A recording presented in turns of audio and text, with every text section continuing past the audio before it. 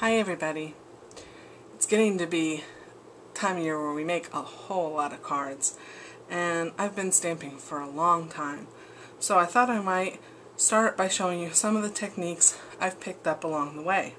Today we're going to do a technique called VersaMark Resist, and we're going to stamp with VersaMark, and it's going to literally resist ink. So what you need is glossy cardstock. It must be glossy. Okay, and I'm going to use these old stamps I've had for ages. They came out on foam, and every time I'd stamp with them I'd catch an edge, so my husband sawed off the edges. They look ugly. I've had them a million years and they're just gorgeous stamps. So you're not going to be able to see much of this yet, but I'm going to stamp randomly just with a regular VersaMark pad. And see how you see an image? That means my stamp was not cleaned properly. That's why you should clean your stamps. If I wanted to emboss that, that would show through. Okay, I'm going to pick another leaf.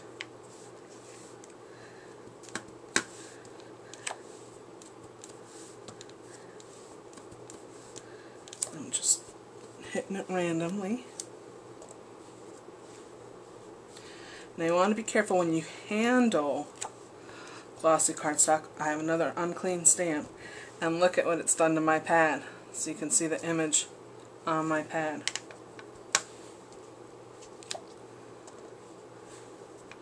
I'll use one more stamp.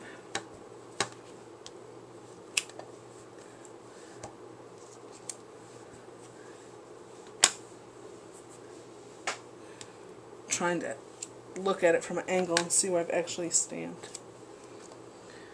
Okay, so pretend my stamps were clean, as they should be, and you couldn't see any of this. You're going to see it in a minute. Another reason to clean your stamps while we're on that topic is, I don't know if you can see on the stamp, but it's fairly detailed. And if you use a thicker ink, meaning a pigment ink, which is made for embossing, it will settle in those cracks and crevices, and eventually it will not print properly. And then you've ruined your stamp. Or you have to try and dig it out of there, and good luck if it's been in there for a long time. So, next thing we need is ink, and this is a dye-based ink pad. This is Kaleidocolor. I haven't seen anybody use this lately. I've had these for a long time. I basically thought they were extinct, except they've turned up this week on Blitsy for sale.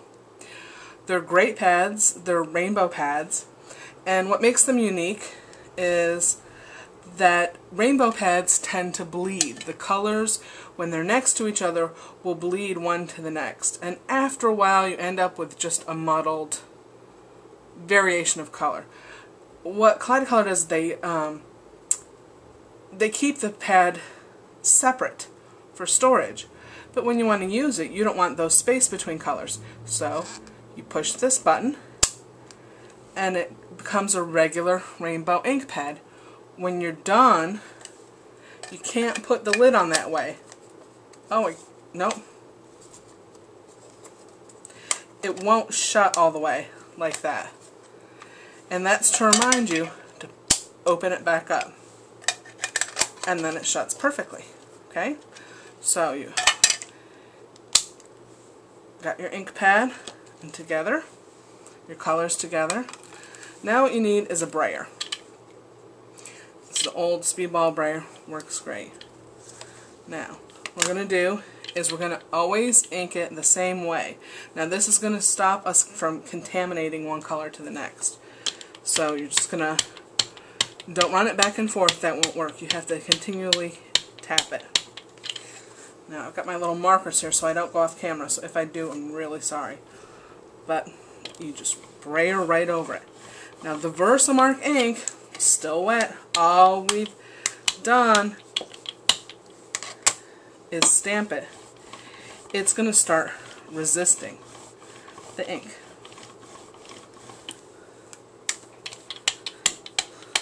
I'm sure I'm off camera now, but I'm just re-inking. Now you want to try and not handle your glossy cardstock too much before, because your fingerprints will actually make a resist. And that's really not what we're after. Now I'm trying to go one color to the next and kind of overrun the edge a little bit so my colors blend.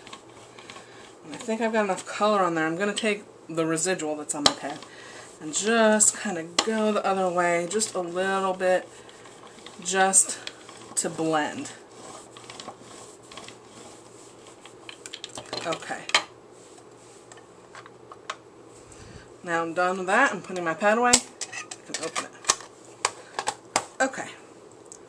Now, can you see the resist? Let me make sure. Give you a closer look. All I did was stamp with a regular VersaMark pad on glossy cardstock and brayer on dye ink. Now, with this pad, you can also use it as a stamping pad.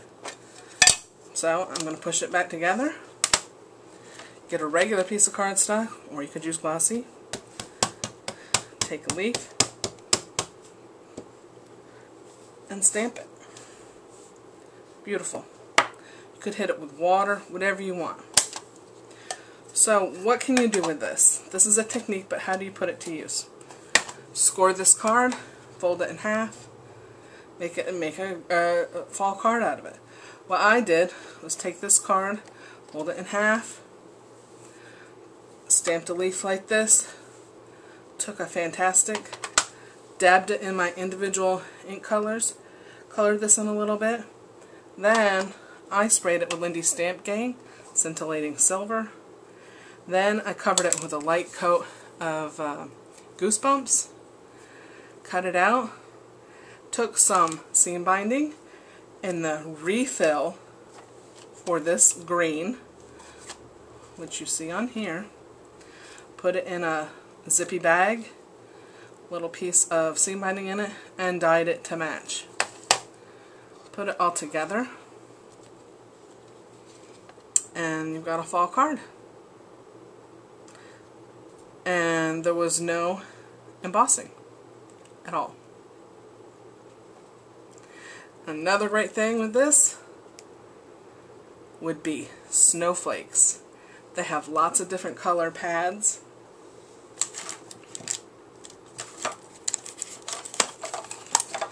Like blue would be great with snowflakes.